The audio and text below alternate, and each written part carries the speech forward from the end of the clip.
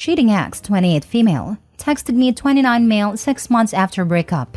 What should I do? Plus update. Original post. Last year, I discovered that my then girlfriend of 1 year was using Tinder and has cheated on me. We were living together at a time. Here is how the breakup happened. I confronted her in person. She kept lying to my face until I just threw apartment keys at her and walked away.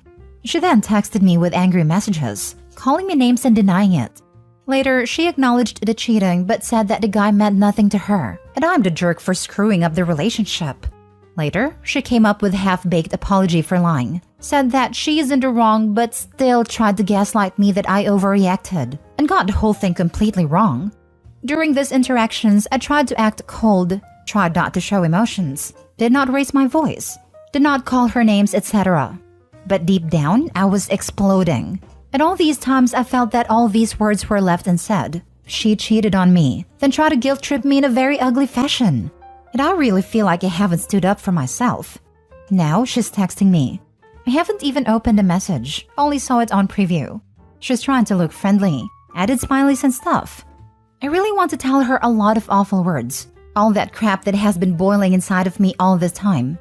I wrote it out in a text file, and it is a bunch of spiteful sentences, and it looks pathetic as I reread it, since someone would put so much energy into that text. I know it's coming from the bad place, but I feel like I was hurt really bad, and I bottled up my response. And now is my chance to lash it all out on her. If I don't do it, I feel like it'll keep on boiling inside of me. Is it even worth it to be the bigger man in this case? I'm very confused now. I'd love to hear some thoughts about what I should do. Now for the top advice before reading the update. Answering her in any kind of way will surely give her satisfaction. In some cases, ignorance is the best. Thank you. I really needed someone else's opinion. I am glad that I did not act on impulse, and instead of lashing out on X, I just vented on Reddit. The woman blamed you for screwing up the relationship, but not her cheating. Leave it on red. That'll be more damaging than anything. Reminded me of this video I saw.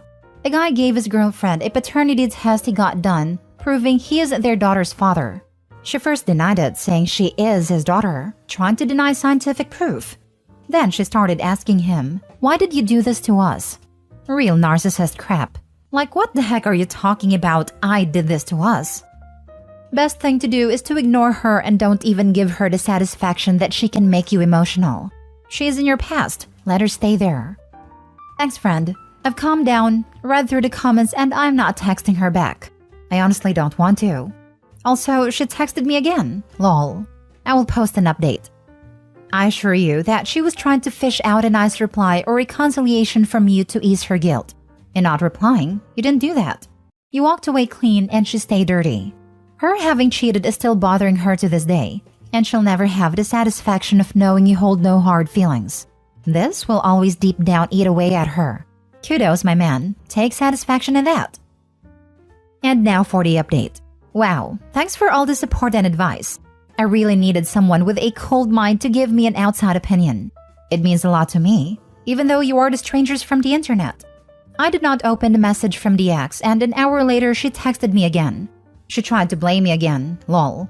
It goes something like this. I must have been too naive to think that we are not enemies and that you would respond. Don't bother blocking me here. I'll never text you again. Some context. I blocked her everywhere soon after the breakup. She reached out to me via this older messenger, which older people use in my country that I use only to stay in touch with my parents and my landlord. I'm not opening that message, and I really don't want to see or talk to her. Your comments really helped me to look at it from a different angle, and I'm happy that I did not reply to her and went to Reddit instead. Lol. It feels good now, like I've had some kind of closure. Hope it will last. Anyway, I'll be fine. Sounds like OP just needed to vent. And doing it on Reddit in the way he did to a bunch of strangers you can walk away from is probably better than blowing up at the ex. Sounds like she wanted that blow up, honestly. Good on OP for not giving in. Even bad attention is attention. It seems like ignoring these people is almost always the best strategy, if your goal is to hurt them. Well, then she can also play the victim, not just for the general social circle, but convince herself even more that what she did wasn't so bad. I get the point of not responding, but sometimes it's good to take out of your system. When my ex called me to get the number of some moving guys, I knew it's because she was moving in with her boyfriend, the same dude she had an affair with, and she had denied being in a relationship with just a couple months earlier, yelling, "People don't know my life," like a 16-year-old despite being a 30-year-old woman. We had some mutual friends who had filled me in. I didn't hold back my words, pointed out her lies again, playing it cool using a known line from a popular movie in my country, saying she's not my problem anymore, and told her to get lost.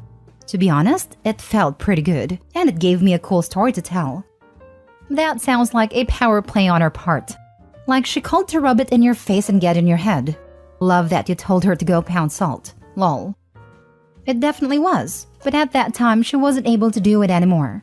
Although as someone pointed out in another comment that even bad attention is attention, she only stopped reaching out to me when about 3 months before she got married. I threatened to forward her absolutely ill-intended messages to her dude. Second story. Update. I'm finally ready to leave my husband, but he can't understand why. Original post. My story is probably the opposite of anyone here, but for me it made sense, even though it doesn't for my husband and the rest of my family. I needed to write somewhere to see if there's anybody out there who understands me. Or am I as anyone around me believes? Going mental? My husband cheated on me 5 years ago on a work trip. His colleague sent me the private video she made. Apparently, they slept together. She used the video to get him to start a relationship with her, and when he refused, she exposed him to me. I was in utter shock. This just couldn't happen to us. How could he do this to me when he said he loved me so much? I couldn't take the images out of my head. I was broken and paralyzed, I think. Because while the normal reaction should have been to yell and shout and leave him, I just went into a depression and was too weak to take actions. He asked for marriage counseling, and for 2 years I lived in this depressed trance, and I honestly don't remember thinking of anything but my husband and his affair, seeing the images she sent me whenever I closed my eyes. After a few months, and with the therapist's recommendation, he tried to get intimate with me, but it just triggered my PTSD. I was so embarrassed to give him my body, when it wasn't enough for him. I felt so disgusting and ugly, and him touching me was so shameful. Like, why would he want something that wasn't enough? Something so disgusting. I tried to make me believe that I was beautiful and more than enough and that it was him, not me, and it was never about me not being enough. But for me, it was all lies and a bunch of gibberish. I knew for a fact I was disgusting, and I had proof. My husband's cheating. After 2 years, things were getting brighter. The nightmares and images started fading, and individual and couples therapy did miracles. I started to love myself again, and sometimes it went days without even thinking of my husband's affair. We started being intimate again after 3 years, and while the image of him with her was always there, I thought that I just had to live with it. Here is where I might be weird. Now 5 years later, I'm fully happy. Feel that I have gained back the control over my life, and I put that whole ordeal behind me. But at the same time, now I feel that my marriage is over. My husband is in total disarray. Why now when we are finally happy again? When I'm back to be my old self and finally is over what he did. I even forgave him. I did. But I don't understand his confusion. For me, now I'm happy and strong again. I feel I want more. For myself, my life, and from the man I share my life with. I couldn't leave when I was too weak to think properly and without bias. I couldn't leave when I didn't have a free will, consumed by grief. Why can't he see that it was a healthy way of thinking, not making decisions while hurting? Am I wrong? I'm 35 now. I want to start a family. I want to start this family with someone who would never have done this to me. Doesn't this make sense? One of the greatest lines I've ever heard is, "It's not that I don't forgive you, I just know better now." You can never undo the damage created by cheating on someone. Even if you learn to live with it, the relationship is forever changed. This is not what you signed up for. Facing for better or worse assumes you are doing it as a couple. Cheating violates that contract. My ex-husband cheated on me and then lied about it multiple times even after I was sure. I decided that I was too in love and he was too perfect to have lied to me. Spoiler alert, he lied and it shattered me, and we never got over it. I should have broken up with him, but instead we got engaged.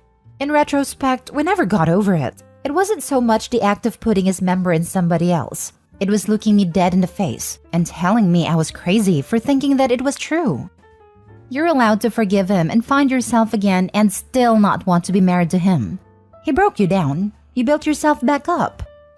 This is exactly what I did. I'm sure everyone's definition of forgiveness can be different. But I'll say that when I became indifferent and focused more on what I wanted out of my life and future, I had no option but to leave. And because I made that decision, I'm now less than 2 weeks away from achieving my biggest dream for the past 6+ years. Interestingly, while we were going through the process of divorce / shortly after divorce, there was a period of time when my ex-wife acted apologetic, admittedly in a passive-aggressive, faux bashful kind of way, and actually seemed to take an interest in me and be kind to me. Her family, and mine for that matter, applied a huge amount of pressure on me to get back with her, and it took everything in me to resist. In fact, I'm shocked that I did. I'm still unwed and had no romantic / intimate relationships for years afterwards and few friendships for that matter. So I can't say that within a few months I was laughing and soaring through life. However, at that moment, things do seem to be looking up. I think as a result of that entire nasty experience, a part of me will always be hesitant and hurt, but it's getting better now. After just a few months in my new relationship, I've been able to share more and receive more compassion than I did with my wife of years. Yours is not an unusual story for those who chose to reconcile after infidelity, especially those with a remorseful spouse. At some point, you wake up and realize you want and need more. You've worked through your trauma and your grief, and you've emerged stronger and more capable, more in control of your desires and what you want from your life and a romantic partner. Those with unremorseful spouses struggle more because they're still trying to win the approval of someone who betrayed them. It's harder to get to a place of strength. Your decision makes sense to me. More importantly, it makes sense to you, and that's all that should matter.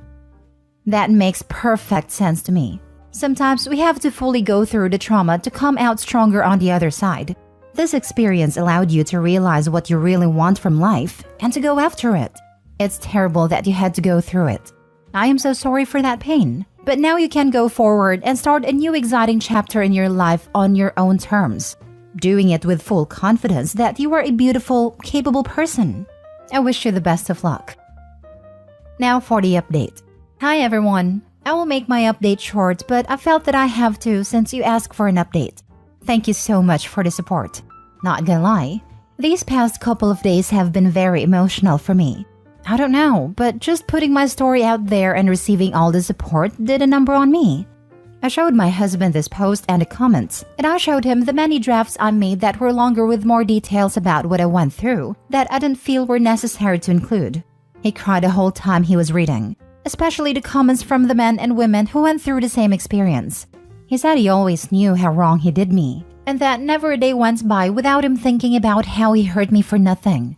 Now, when he read how long it really took me to heal, 5 years of my life because of 1 hour of pointless fun, he apologized and said that couldn't give me back what it took, but that he won't stand in the way of my happiness. He promised me an amicable divorce. He said he will always love me.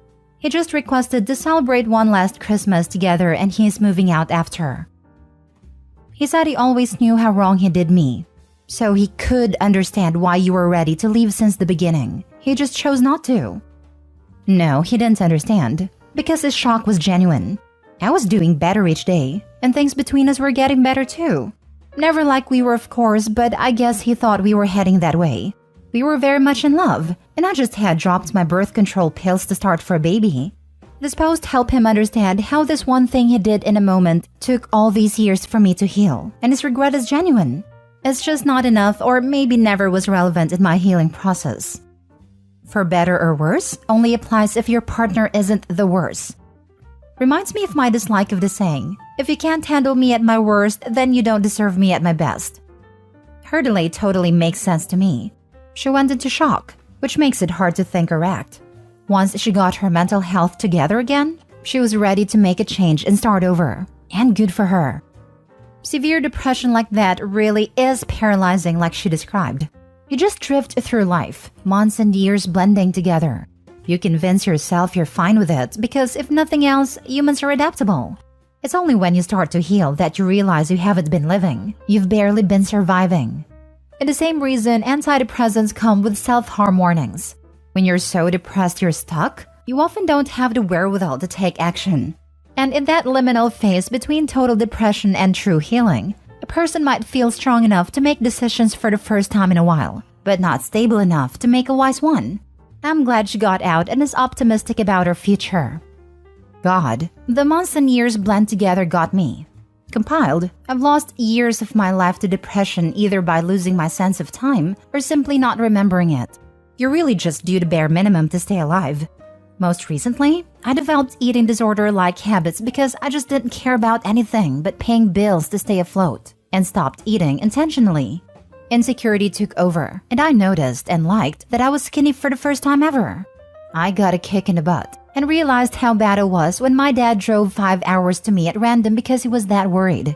I started cleaning my house and cooking again. I didn't realize how long depression was messing with me till I got a reality check. It was months. It felt like maybe 2 weeks that I was in the hole.